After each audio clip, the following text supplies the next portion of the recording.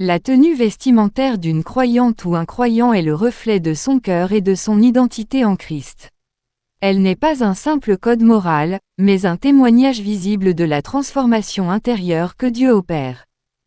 Une personne qui aime et craint le Seigneur désire naturellement, par ses vêtements, honorer Dieu, respecter son corps qui est le temple du Saint-Esprit, et édifier ceux qui l'entourent, en évitant toute apparence qui pourrait conduire au péché ou déshonorer le nom de Christ. Verset biblique. 1. Le corps est un temple du Saint-Esprit, à honorer. 1 Corinthiens 6, 19, 20. Ne savez-vous pas que votre corps est le temple du Saint-Esprit qui est en vous, que vous avez reçu de Dieu, et que vous ne vous appartenez point à vous-même. Vous avez été rachetés à un grand prix. Glorifiez donc Dieu dans votre corps et dans votre esprit, qui appartiennent à Dieu. 2. La priorité est la beauté intérieure du cœur. 1 Pierre 3, 3, 4. Ayez, non cette parure extérieure qui consiste dans les cheveux tressés, les ornements d'or, ou les habits qu'on revêt, mais la parure intérieure et cachée du cœur, la pureté incorruptible d'un esprit doux et paisible, qui est d'un grand prix devant Dieu. 3. S'habiller avec pudeur et modestie.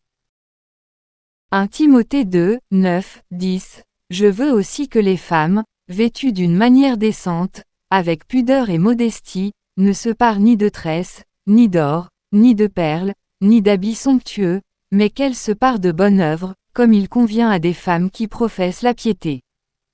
4. Ne pas devenir une occasion de chute pour les autres. Romains 14, 13. Ne nous jugeons donc plus les uns les autres, mais pensez plutôt à ne rien faire qui soit pour votre frère une pierre d'achoppement ou une occasion de chute. Matthieu 5, 28. Mais moi, je vous dis que quiconque regarde une femme pour la convoiter a déjà commis un adultère avec elle dans son cœur. 5. Tout est permis, mais tout n'édifie pas. 1 Corinthiens 10h 23. Tout est permis, mais tout n'est pas utile, tout est permis, mais tout n'édifie pas. B. Explication synthétique. La motivation du cœur, l'objectif n'est pas de suivre une liste de règles, mais de refléter l'amour et le respect pour Dieu dans tous les aspects de sa vie, y compris les vêtements. L'équilibre, la Bible ne condamne pas la beauté ou le soin apporté à son apparence, mais elle priorise la beauté du caractère. Les deux ne sont pas mutuellement exclusifs. La responsabilité envers les autres, notre liberté en Christ s'exerce dans le souci de ne pas causer de tort à un frère ou une sœur dans la foi. C'est un acte d'amour que de réfléchir à l'impact de sa tenue. Le corps, un instrument pour glorifier Dieu, cette vision positive sanctifie le corps au lieu d'en faire un objet de honte. Le but est de glorifier Dieu avec son corps.